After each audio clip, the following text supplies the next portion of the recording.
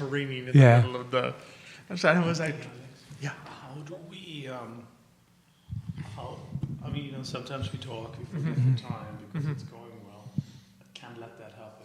So what we'll do is, we'll jump right in. I think we'll jump right in. I'll keep it right in and go for there. So we have a great guest lined up for everyone this morning. So we're going to be joined very shortly in the show when the cameras come on. We're going to be joined shortly in the show by Matthias Jon for our monthly meetup with Matthias. So I'm here with Michael. I'm happy to be here, Alex. It's been a while. It's always exciting. And you missed the last one, so now the last monthly meetup. So now we traded out Xavier for you. I know. I'm not sure that's an upgrade, but we'll see. It's a win-win from a visual perspective, right? I'll go with that. We are a visual medium, right? Exactly. We do appear. It's not just our. I mean, I guess if you're listening, but maybe the older audience might prefer Xavier. Well, if I you're don't know. listening on Spotify, you probably think that Xavier's the best. When you're watching on Facebook, you know that Michael is the best. Like I said, that depends the age of the viewers. I'm saying if they skew older, Xavier's very popular when he goes to those places. 80+ women, they love him. It's terrible what we do to Xavier when he's not here. But so a great show lined up for everyone. Be sure to send us any questions, comments, thoughts. Very exciting times. We're a week out of Thanksgiving and holidays. You excited, Alex? I am. I always love Thanksgiving. Yeah, you like Thanksgiving? It's one of my favorite holidays, and it'll be interesting. I know. I think part of our conversation with Matthias will touch on that. Yes. Because I think all of us. It's funny. We all came in here and we all had kind of anecdotes about things that have come across our radar on relation to this topic. So I think it'll be very interesting to people. All right. Quiet on set.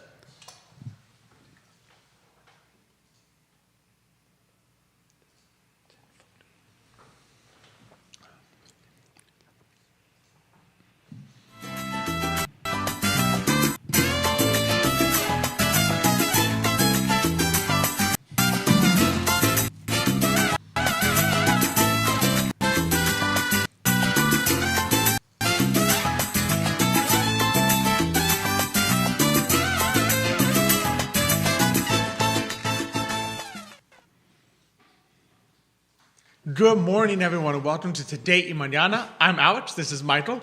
We're super excited to have you joining us on a chilly morning. But listen, winter's only a month away, Alex. So I got bad news. It's only going to get colder. I know, it's not going to get warmer. I know.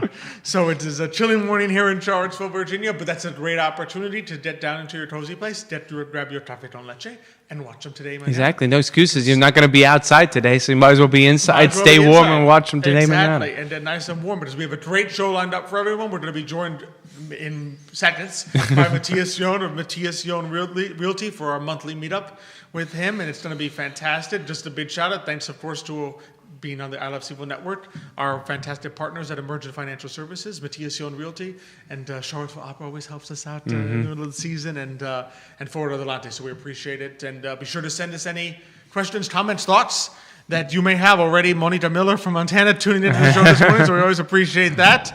Our great hopefully Monica's staying warm out there in Montana. I hope so, because it's probably cold. And I always worry, because one week it's like, it's only 35 or 40 degrees. It's very nice. And the next week I'm talking to your wife, and it's like, oh, yeah, they got snowed in, minus 20 degrees. 20. I'm like, oh, my God. Exactly. And speaking of which, my wife is watching. Dr. Elizabeth Irby watching, which means Maria Irby is probably also watching and smiling. So we appreciate that. Unless she's busy crawling. Unless she's busy, yep, exactly. She may be busy judging, determining whether I do a good job. So with that, let's go ahead and bring in our fantastic guest for today. And it's wonderful always to have you here, Matthias. Yes, Matthias. Thank you for having me. I always like the introduction here on the show. Just said, our fantastic guest, Matthias. I usually don't get this kind of introduction, this kind of this welcome. Next time we got dim the lights and then just have the spotlight on him, so it's just like boom, Matthias is here. Once a month when I leave the studio and go back to my office, I always have the chin up, the chest out, full of self-confidence, because you guys always make me feel good. Well, that's wonderful, and it's great to have you here right before the holidays. Right before the holidays, that's right. Thanksgiving is 1 week out, and it always feels like it's just a blur between Thanksgiving and Christmas. And And I think everyone just refers to it as the holidays, even though there's The holidays, yep. several weeks in between. But it's all right. In my job, not much happens between the one holiday and the others, right? It's just this gray blur, and not too many people are really looking to switch homes between Thanksgiving and Christmas. That's what we observe. But what I wanted to share with you, it's so funny. Right after the holidays is usually when we get calls from people that have made some realizations during the holidays, and it's it leads people to rethink how they live, the space they have, how they utilize the space. And I'm saying this a little bit with humor because there are some funny anecdotes about what people realize during the holidays about the way they live. And it has to do almost always with the amount of people that come. Because everyone hosts family for Thanksgiving, right? For Christmas, this is when family members from far away travel. And you host them. And all of a sudden, things look very different. You know what I mean with that? Absolutely. Yeah, no, and it's so funny because I think what happens is I think a lot of times you fall in love with, okay, look how great this configuration of my house is. I have the living room here, I have this here. Yeah. And then you realize, I never use that room. Everyone always sits in this room in the kitchen here. And I've been noticing it was just the other day on HGTV that my Elizabeth had on, a family that had bought a very cute house, right, in a historic neighborhood, big backyard. There was a creek in the backyard, and they were like, yeah, this will be great. The house is a little small, but don't worry. We'll put in expansions that our kitchen can be bigger so we can have people come over. We can turn it into an open concept, right? Yeah. And then they go to do it, and it was like, no, this is a historic house, and you have a creek in your backyard. You can't add this. You can't add that. You can't expand this way. You can't go up. You can't go sideways. You can't go into the backyard. And they realized, this house does not fit our needs anymore. And they didn't realize it, of course, until they said, all right, here's what's missing in the house. Let's try to fix it. And said, well, actually, you can't. You probably should have thought of that or done a little more research before you bought the house. Yeah. No, really. I feel like the holiday entertainment or holiday hosting of family members and friends is like a full-scale stress test of your home. Every flaw of the home shows, right? For example, the charming, cozy kitchen that you read about in the MLS listing description, all of a sudden is a fire code violation, right? That formal living room where you thought when you moved in, this is where we are going to host everyone for family gatherings. Turns out no one hangs out in there, and everyone, all of a sudden you have 15 people standing in the kitchen between the trash can and the kitchen sink, right? Everyone gathers there, it's crowded, even though you have designated space in your home for that. That's what I mean with it's this full-scale stress test because you learn what is the reality and what was a fantasy when you moved in. And that's, we made this realization ourselves, the current home we live in. Now, after a couple of years, we know what works and what doesn't, right? And we are not at a stage yet where we host a lot of family gatherings. We usually go to my wife's family at their home, but I know exactly that things that we envisioned when we moved in won't really stand the test of reality, right? And that's what I mean with after the holidays, we get those phone calls because people realize. That reminds me a little bit because we have that problem in my parents' house.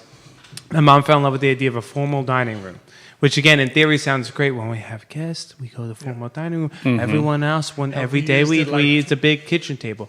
Well, we probably use a handful of times because the problem is it's too small. So when you have guests, it's like, well, no one wants to be cramped in a small dining room on a small dining room table. So everyone just gravitates towards the kitchen. So in the end, everyone eats on the kitchen. You have all the expanded tables, the four-legged ones. And thankfully, they were at least smart enough to have a large kitchen. Yes. So sometimes you'll see some of the chefs. Like sometimes when people go to get a kitchen, like you said, Matthias, they'll either be the cozy or a lot of times chefs will say, no, don't make your kitchen too big. You don't want to be walking around to get to everything. You want everything to be easily accessible. And I said, well, that's great if you're the only one in the kitchen. If you have everybody else sitting there. And there's always the things, too many cooks in the kitchen.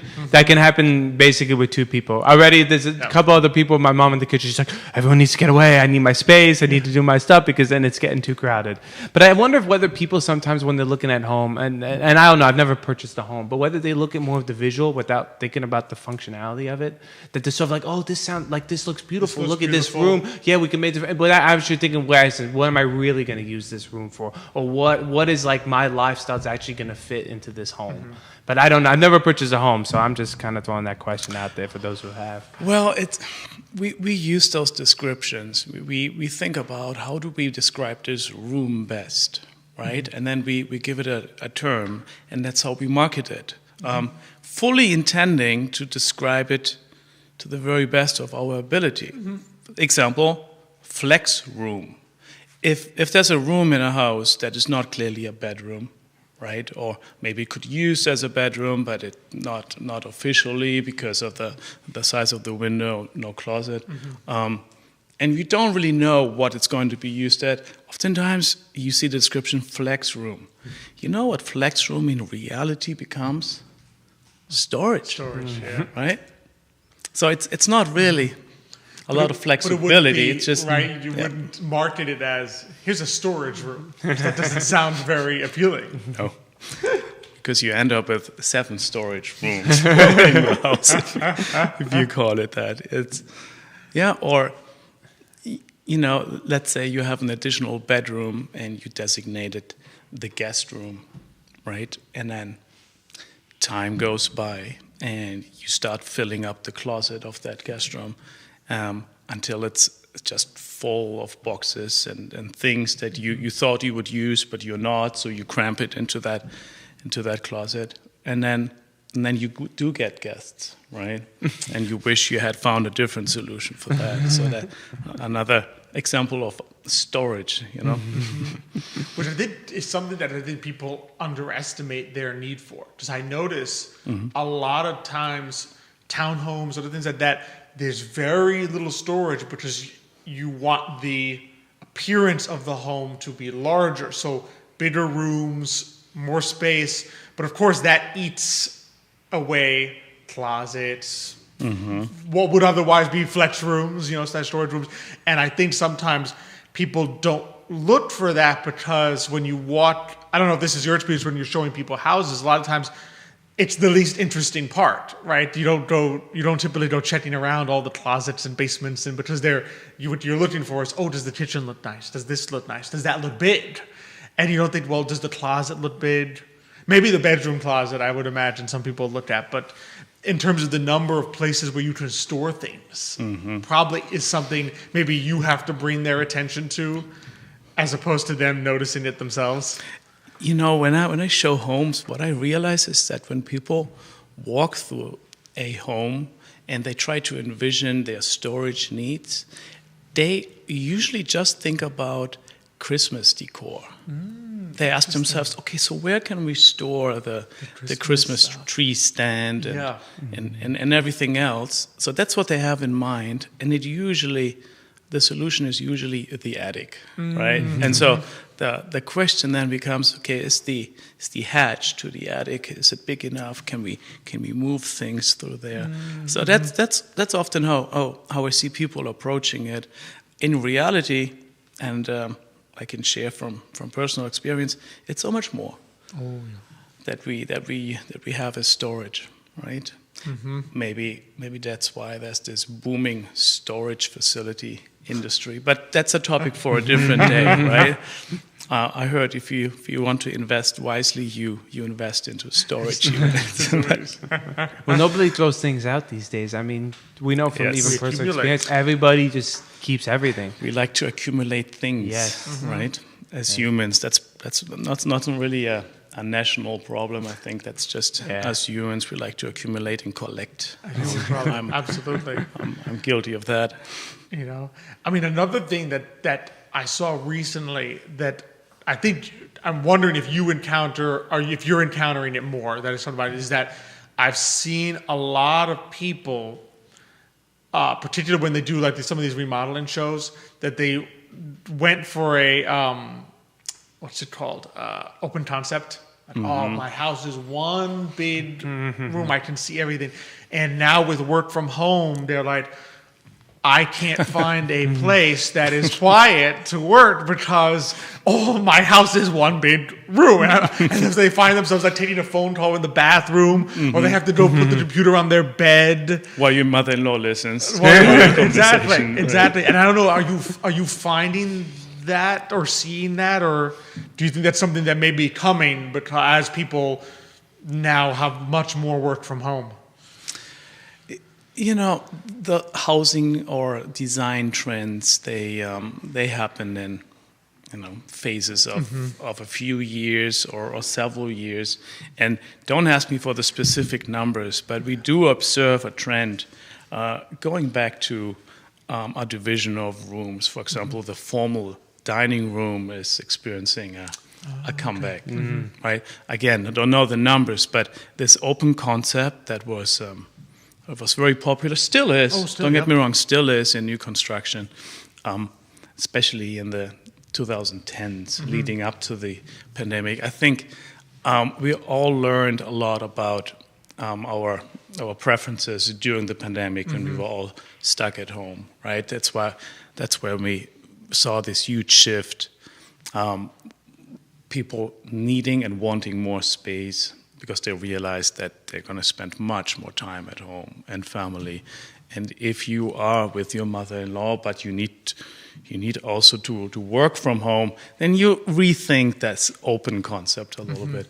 And I'm not sure if the correlation is there, but I can say, yes, the formal dining room is coming back, and that probably stands for a larger.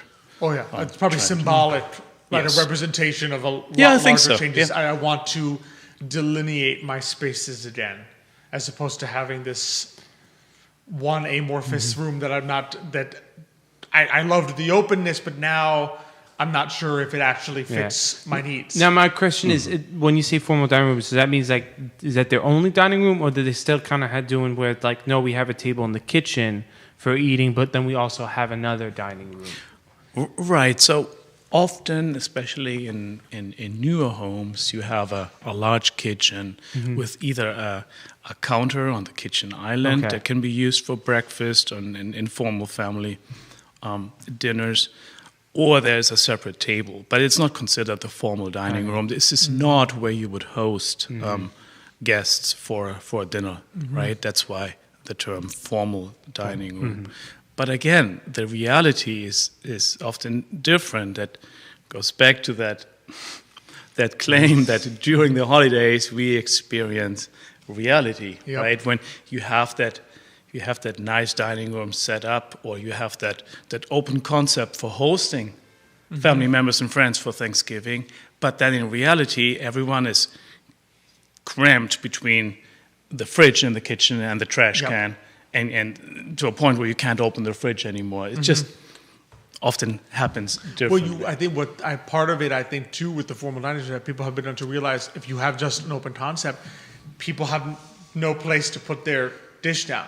Because I've been there where there's the open concept, no one's on the couch, because who feels comfortable when you go to someone else's home eating on their couch? Because you're like, I don't want to make the mess. So what happens? Everyone gravitates to the kitchen island. It's like, okay, if I drop something, no big deal. And I think people are saying, well, if you're going to do that anyway, why not sit down and have an actual meal? No, it's interesting to observe, and I talk to clients about this, and in here in this format we can joke about it a little bit because it's just what happens, and I experience this myself. When we moved into our current house, we said, "Oh, the kitchen is just fine." That's actually the word I used. The kitchen is fine, knowing it's not the largest kitchen, and now 2 children later, it's less fine. It would be good to have a little bit more counter space to prepare meals, because we are double the people now, right? So circumstances change, but especially during the holidays, you really realize where people hang out and what your space needs are. Well, maybe the good lesson as people look for a home, right? To not just think about what you need now, but what you may need 2-3 years down the road. Because you're probably not going to, like, I'm not saying like you need to find something that's your forever home, right? But you're typically not going to want to move again in the next 2 to 3 years after you just moved into a house, right? Maybe you do it 5, 6, 7 years down the road, but you don't typically move in and say, oh yeah, 2 years from now I'll just do this whole thing all over again, right? But to think, okay, where could I envision myself in 2 years? What might I be doing? Am I going to wish then that I had a separate study? Am I going to wish for more counter space? Because I've had the same thing. Suddenly, wait a second, half my island is now baby stuff. Yeah, baby stuff, sterilizer, baby things. So it's like, okay, I'm very glad now that I had such a large island because half is still good to cook on because the other half is gone. So if this had been a small kitchen, I would have been sitting here with no counter space. But maybe a good lesson for people like, okay, does this work for me now, and will this still work for me in 2 years? It's so important to have this conversation. And, the way people look for homes has changed. Now that everything is accessible online, we all know those big platforms where you can type in your search criteria and then it shows you the homes. And then oftentimes people pre-select homes, and then they approach us and say, we have identified A, B, and C as homes. We would like to see it. Can you please help us? And then, so sometimes I like to gently push back and say, okay, those are good examples. It helps me understand more or less what you're looking for, but can we please still have that conversation? Is it okay if I ask all my questions? Because it might help you, especially if it's your first time buying a home, to do your homework, to really analyze what is the best home for your needs. And oftentimes, the realization then is that maybe those pre-selected homes on Zillow might not be the best idea. So I enjoy having that conversation because it really helps. So it's about asking the right questions. As you just said yourself, you just had a baby. Your living situation has changed. And maybe the needs change. Our needs are changing. We have 2 children at home. The home will no longer work in a couple of years. It's not just the space, it's also the layout, the configuration, right? And so it's worth having that conversation. But again, the holidays will teach us so much about the way we live and what we actually need. It's a teaching moment. And, well, as we said, Thanksgiving is coming up, Christmas is coming up. I'm sure we will talk before Christmas. Yes. And maybe we have some funny anecdotes to share about our Thanksgiving family gatherings. Oh, yeah, we'll be able to say, Matthias, here's all the people that are going to call you in January.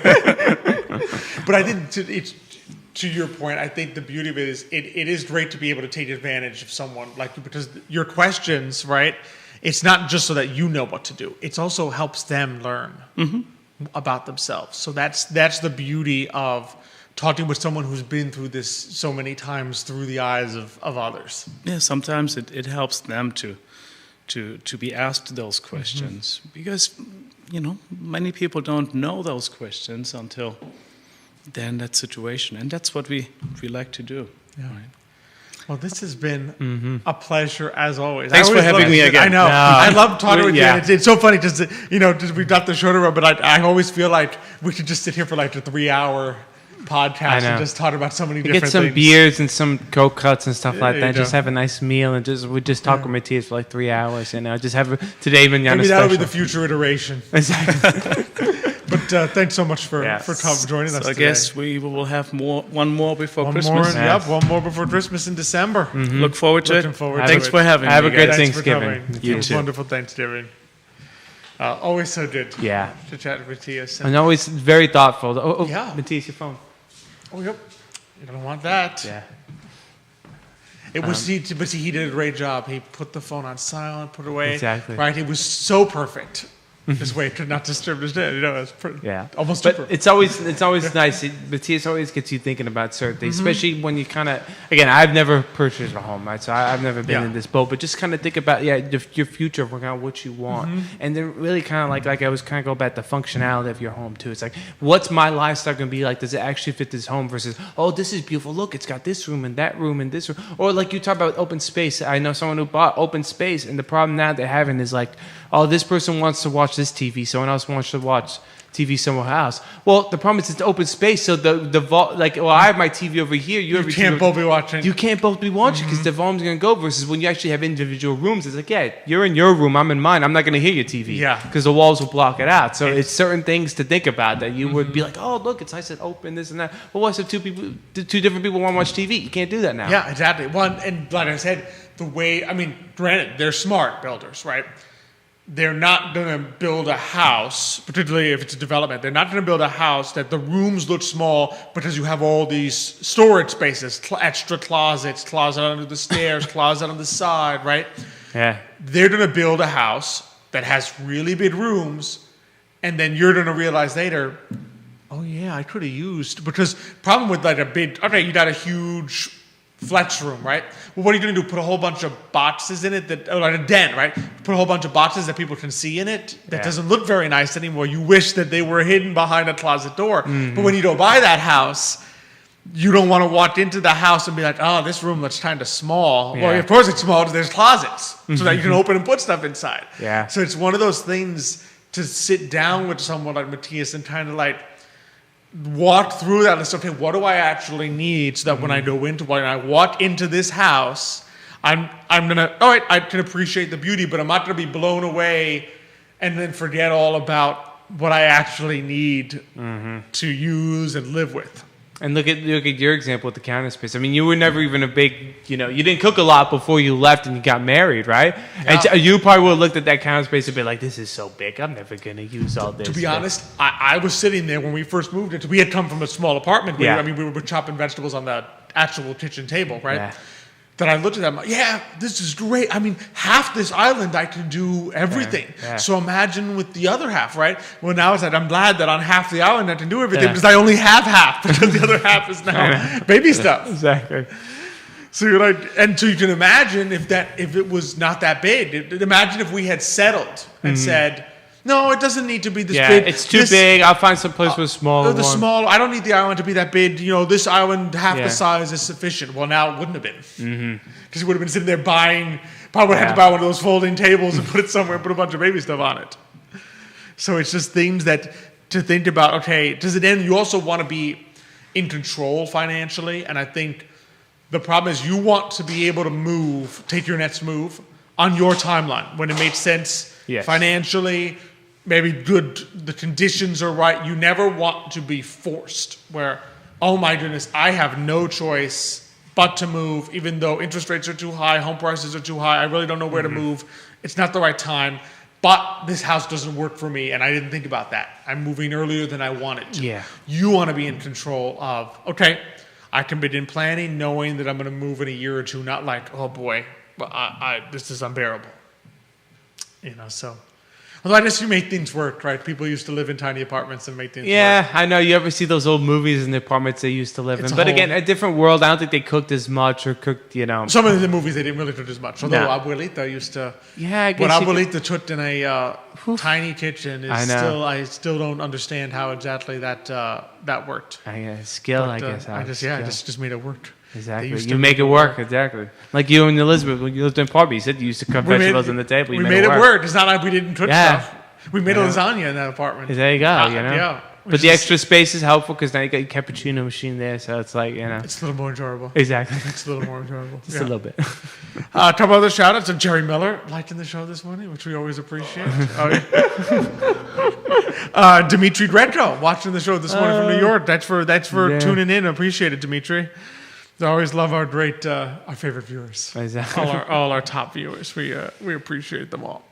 But speaking of things that we appreciate and we're excited about, UVA We football. can't, and we cannot go through a show without touching on some UVA sports. Yeah, I know. UVA Alex and I have football. been waiting for a while for UVA football to be good again. We had some rough patches. When Bronco left, it was like It was rough. It was rough. Yeah, Yeah. you know. But now it's. I mean, and not what I loved about this last game is, dude, I don't know if you felt the same way. This was not we barely escaped overtime yes. win. Just our three previous wins had been like, oh my goodness, how did we come out of this alive? Exactly, yeah. And this one we were like, whoa, we actually went out there and won. It was what I guess many people would call like a statement win because I think, let's be honest, we lost the previous week to Wake Forest. Now, in my opinion, I kind of was like, people were like, oh, look, they lost to Wake Forest. Look at Wake Forest. And I'm like, yeah, but we lost our quarterback in the second quarter. I mean, to go through over half a game with your backup quarterback. And like you said, against a team that's But it's supposed a to. good pass defense. Yes. So what they were able to do is say, Load all the right, box. I'm going to load the box so that you can't run because the only thing you have left is running, and see if your backup quarterback can beat a good pass defense. And I mean, that's a hard ask. Yes, and we ended up losing the game, but it didn't feel like it kind of lost where it's like, oh man, it's like we got exposed. I was just kind of like, and it felt like some people were acting like that way. I'm like, I'm not sure about that. And this was a good win to basically say, yeah, last week was a fluke. We lost, like, Chandler Morris came out, the entire offense came out and really kind of put a hammer. And that was closer than it looked, because he had like 2 picks in the fourth quarter. Yeah. Or no, they sort of touched on it, and then they had a pitch six or something. Yeah, something happened, but we were. But it was like that game was. It was kind of garbage time stuff. Exactly, yeah. The final score felt closer than the actual game felt, versus like it felt like UVA was in control from the first quarter to almost the last. So. Yeah. Which just leaves us as, I mean, did I or did I not predict on this show many weeks ago? I said, watch. Us making or not making the championship game is going to come down to beating Virginia Tech. And sure enough, if we beat Virginia Tech, we're 99% chance we make it to the championship game. And if we lose to Virginia Tech, we probably do not make it. I always hate these kind of games because, let's be honest, right? Tech is a bad team, and they have nothing to play for. Right now, usually, granted, whenever you're playing your rival, you're always going to get amped up. But usually, other years, this is their season. This is their Super Bowl. They're going to look and say, "Wait a second, our season's going to come down to we can knock Virginia out and make sure they don't play ACC championship game." Yeah. You don't think they're going to play their butts off? Like you said, this is their Super Bowl. They got nothing. They're not playing a bowl game. They're a terrible team. They're not doing anything. Interim coach, yes, who probably wants to get and who's not going to get the job. Yeah, they just hired. That might help us in some cases at that point. Because at that point it's like I'm already out, you know. But still, it's it's just one of those games where it's going to be. They're going to have to come out and match that level of intensity. Be like, we want this so bad that we want this more than you want to knock us out. Now, is UVA a win in their in situation? It's basically that. Apparently. We'll find out a little more this weekend. Because Georgia Tech's playing Pittsburgh? Georgia Tech is playing Pitt. So one of those two is going to be knocked out. Yes. All right. Apparently, I guess it's more beneficial to us if it is Georgia Tech who is knocked out. Because we've beaten someone that Pitt has lost to. So it's advantageous if there's a 3-way tie. Right? But apparently, we're definitely in if SMU loses a game to either Louisville or... Yes, I'm about to say SMU's playing Louisville. They're playing Louisville, and then I forget who they play after. Yeah, someone who's not as good. Yes, no one good. Apparently, there is a very rare scenario where if we finish 7-1, SMU finishes 7-1, and Georgia Tech finishes 7-1, Georgia Tech automatically goes in, and apparently, if certain other things don't go away, like NC State starts winning a whole bunch of games and other stuff and changes the strength of schedule. Because right now our strength of schedule is the tiebreaker is like strength of conference schedule. Okay. Ours is better than SMU's. If I guess people that SMU have beaten suddenly start winning all these games. And Louisville starts losing, for example. Yeah, and then it swaps and stuff. Then SMU's schedule will be hard, and then we somehow don't get in even. But that's apparently basically there's 5 games that determine that. All 5 of them need to go SMU's way. Like SMU needs everything to go their way, including them winning their 2 games and Georgia Tech beating Pitt. Yeah, but it's UVA football. It's certainly possible. It is UVA football, so that could certainly happen. Yeah. If you're telling me there's like a 5% odds it's going to happen, I'm like, push that up to 50. But I think it's a very good chance that if we beat Virginia Tech, we're probably in the ACC championship. I mean, which should be pretty great.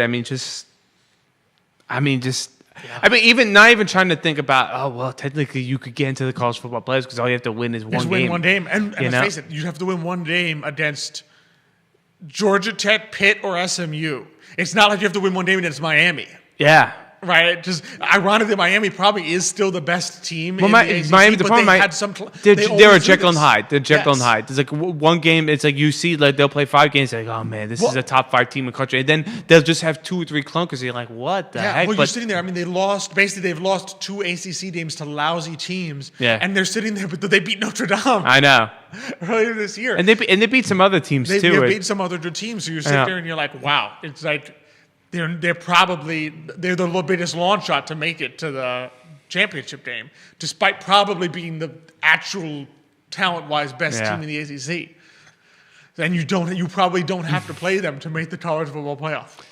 I know, it's pretty exciting, but that's not going to be fun. Was it Friday, Saturday? I think it's usually a Friday game. Yes, it's usually a Friday game. Not going to be a fun day, but we're going to be at home though, correct? Yeah, but it is a home game. Yes, that home crowd is going to be. I think someone I know had said actually the previous home game that we had against was it? Who do we play the home game? Wake Forest. It was actually one of the most attended UVA games. I mean, we went to the. It wasn't a Thomas, but we went to the Washington State game. Yes. I mean, that was the most energy probably ever that I have had. At a UVA. Now, there's been more people, but as we went to like some Notre Dame, right? That we lost, but that was a lot of Notre Dame fans. Unfortunately we were surrounded by them. But this time was like the most energy from an actual UVA partisan crowd, so much so that it affected that game. Yeah, we were on the end zone side where it's like they kept getting the false starts and stuff like that. And Alex was like, I felt like first time I ever had an impact on a football game. That's the first time I've ever attended any sports game ever where I said, I feel like I actually had an impact on that game because we were there with the guy in front of us who took his shirt off at the end, like doing the booze. Yeah. And they had all the false starts and we were banging on the chairs. The interception and then finally the safety. That was pretty crazy. That was a great game. Yeah. That was a great game. So you didn't feel the energy. Well, I think let's be honest, UVA fans, I mean, you don't have many opportunities in our sports in the big 3.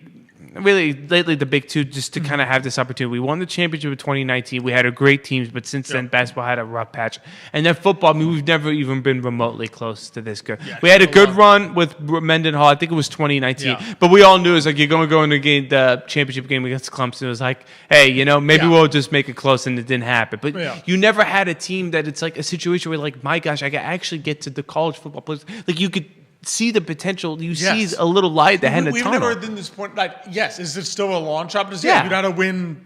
You need to beat Virginia Tech, and then you need to beat what's going to be a good team in the ACC championship game. You got to win 2 games. So it's still a long shot. But we've never even been where it's like mathematically possible. Like we have never been in a situation where it is mathematically possible for us to go to the college football. But way back when, UVA was never going to be a top 2 team. No. Then UVA was never going to be top 4 team. And let's be honest, most of the time too, UVA not a top 12 team or even a top 10 team. Most of the time, UVA was never going to beat. You had Clemson and Florida State that were behemoths, and you're like, you were fighting in the Coastal for the right to go get crushed by them in the championship game is what would happen. Right? And now for the first time, it's like they're not there. Florida State is not good. Florida State's not making it. Clemson's not making it. And Miami probably isn't making it. So you're sitting there like your championship game to be Georgia Tech. I know. SMU. SMU or Pitt. I don't even know where SMU is. I think it's in Texas. Texas? I thought it was California. Then I realized it's Southern Methodist is what it stands for. I'm like, that's just Texas. Oh, Dallas? Yeah. Dallas, Texas. Wow. Yeah, and then ACC, I know. The new ACC. Right? I know. It's like with the new Dallas, Texas, what's like Stanford. It was like the new Big Ten. My dad goes, "Wait, Oregon's in the Big Ten? Was it Oregon that's in the Big Ten?" I'm like, "Yeah, remember everything switched to rats." It's like the Ohio and Oregon and the Washington Big Ten. Is Washington in the Big Ten? I don't know. I can't remember. I know. Washington State isn't. I think Washington State and somebody else are the only ones left in the Pac-12 because the Pac-12 has 2 teams in it. Can you win the Pac-12 and get into the? No, it doesn't count anymore. Yeah. What a shit, because otherwise maybe UVA should move to the Pac-12. Just like, hey, 3 teams, all we gotta do is beat Washington State and somebody else. We one of them. Yeah, I don't think so. But it's the highest ranked conference champions. So actually, like, there was a scenario. It's not going to happen anymore. There was a scenario where if we had lost to Duke, Duke could potentially have won the ACC, right? Despite the fact that they were like 5-4 at the time. Mm-hmm. And what happens is if that had happened, there was a good chance the ACC champion didn't even go. Because if the committee had said that the group of 5 champion, like the Cincinnati or something, was better than Duke, they could have been like, yeah, Duke is just so bad that I don't care that they won the ACC. This other team is getting in. But obviously now that won't happen because whoever wins the ACC will probably be 7. Not only that too. I mean, first of all, Georgia Tech's ranked in the top 25. Yeah, we are ranked in the top 25. We are ranked in the top 20, I believe. Yeah, what are we, 19? Something like that. Yeah. 19. So I mean, we're pretty well ranked. And SMU again, if they won, they would be ranked. Yes, because they would have won out, and at that point, they would be ranked because eventually they would have either beaten us or Georgia Tech, who's the top ranked 25 team.